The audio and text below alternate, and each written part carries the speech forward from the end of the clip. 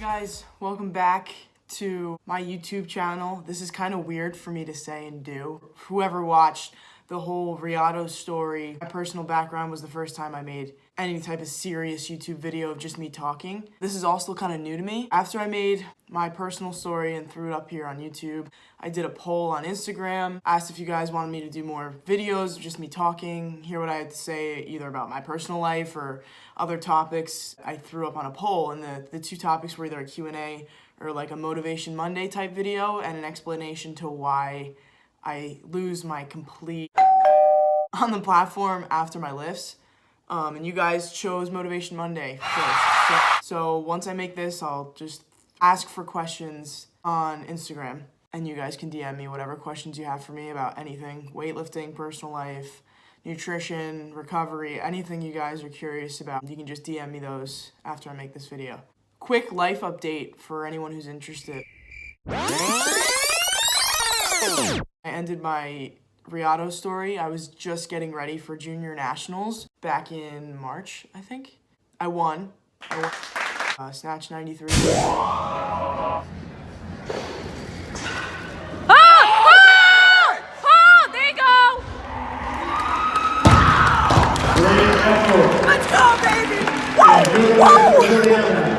She is the gold medal. Clean jerk 115. Come on, Jules. Come on! Front foot out of the jerk, come on! Yes! Oh! Wait, you got one more attempt. You got one more attempt. For a 208 total, made the junior world team. That's going to Uzbekistan. And we're about a little over a month out now till I leave. I leave July 3rd. And I'm sure you guys noticed, I put on some weight.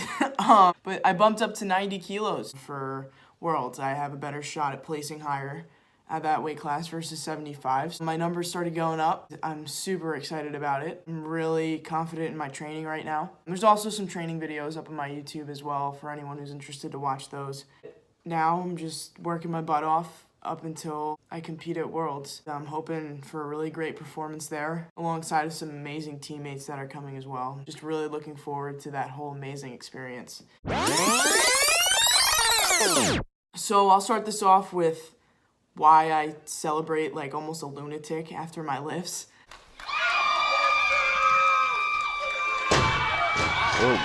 And I make fun of myself, but there is a real reason behind it, and it's not just for me to scream. Yeah!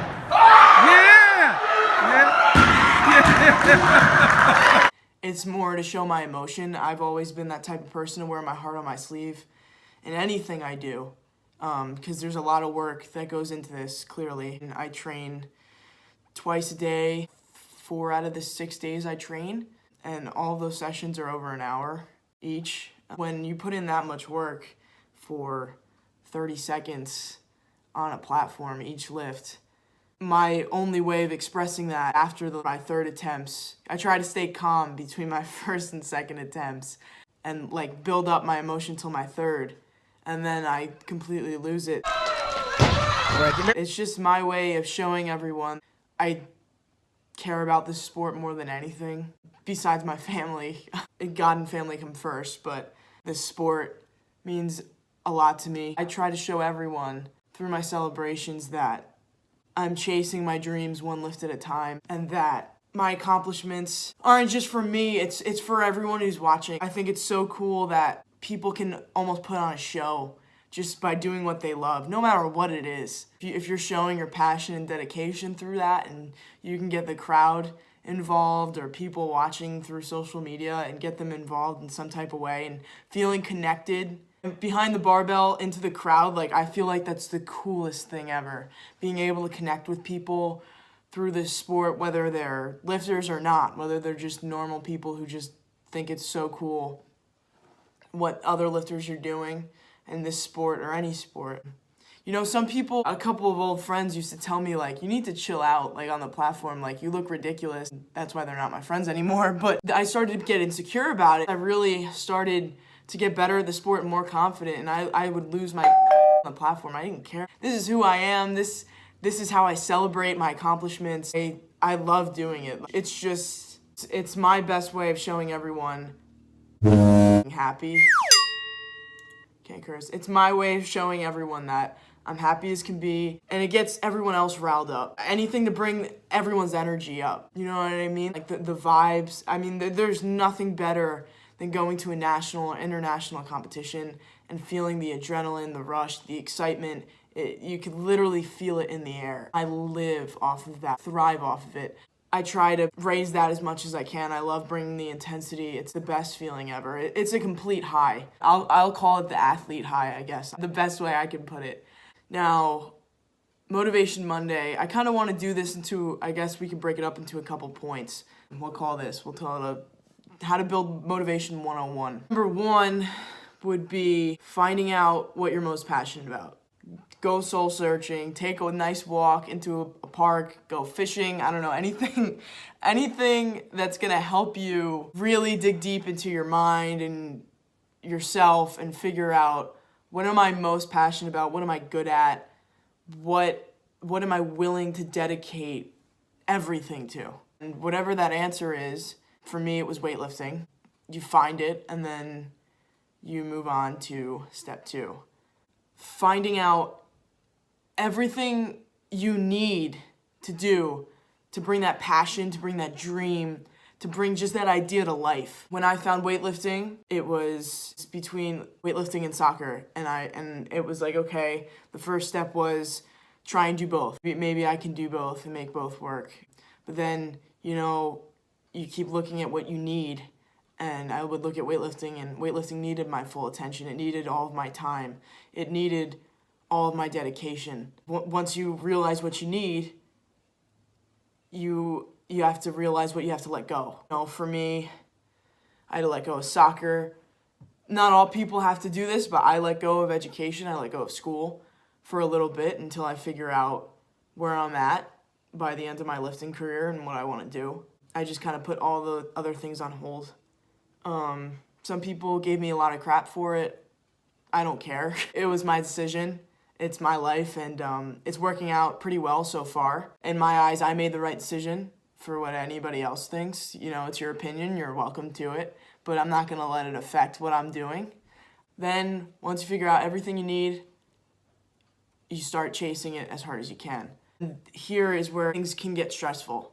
There are gonna be hard days, and you have to realize that. There are gonna be days where you think you're making the wrong decision. I can't tell anyone out there how many times I've doubted myself and my decisions just from what people around me told me. Close friends of mine at the time, it was a lot of doubt, but the people who mattered to me the most, my coach, my family, both my parents doubted me a little bit when I started to, drift away from soccer and school, but now we look back now and it's like, okay, you were right. Here I am going into my second junior worlds at a really, really high placement, looking forward to big, big goals.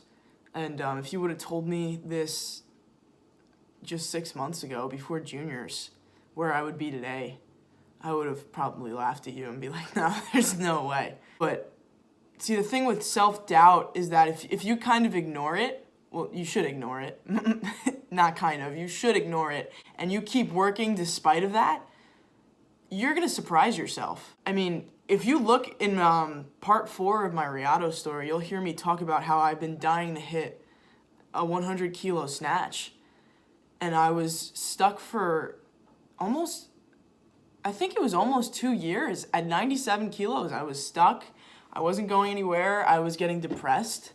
I was super upset, and I was wondering, what am I doing wrong? I left school, I left soccer, I left home. I'm living on my own, and I'm giving this literally everything I have, and I'm not improving. And I thought it was something I was doing.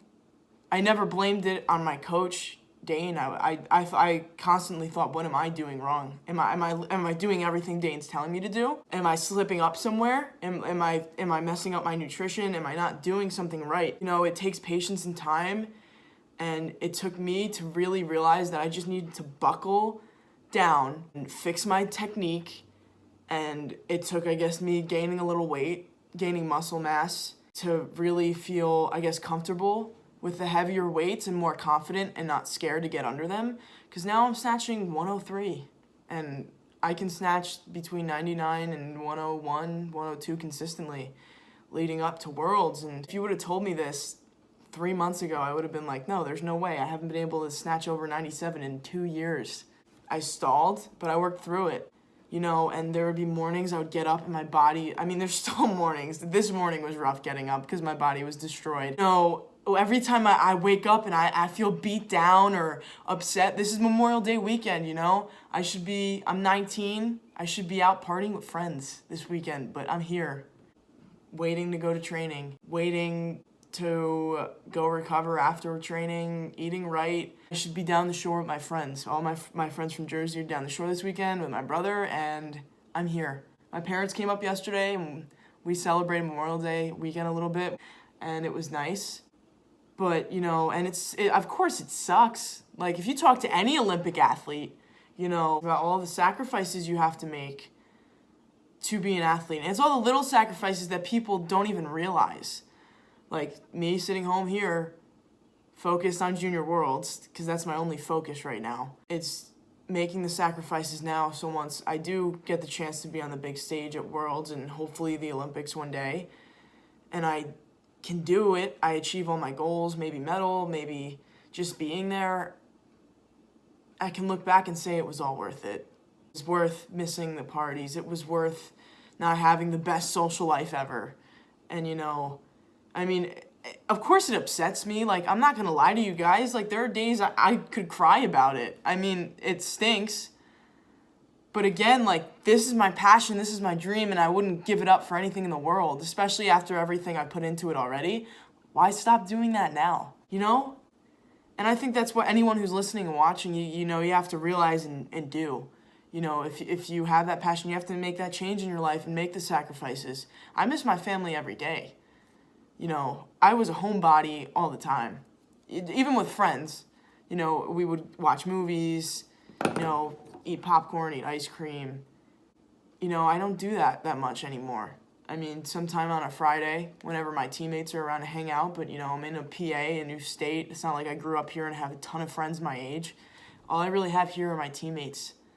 And then if I'm lucky on a weekend to drive back home to Jersey, it's like a 2-hour drive, then I go do that. But I'm not always that lucky, especially when I'm close to competitions.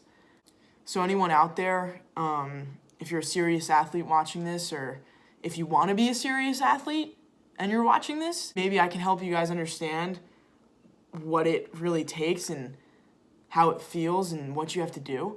And I can promise you that if you do make these sacrifices, that it's going to pay off. You may not realize it at first, because I promise you I didn't.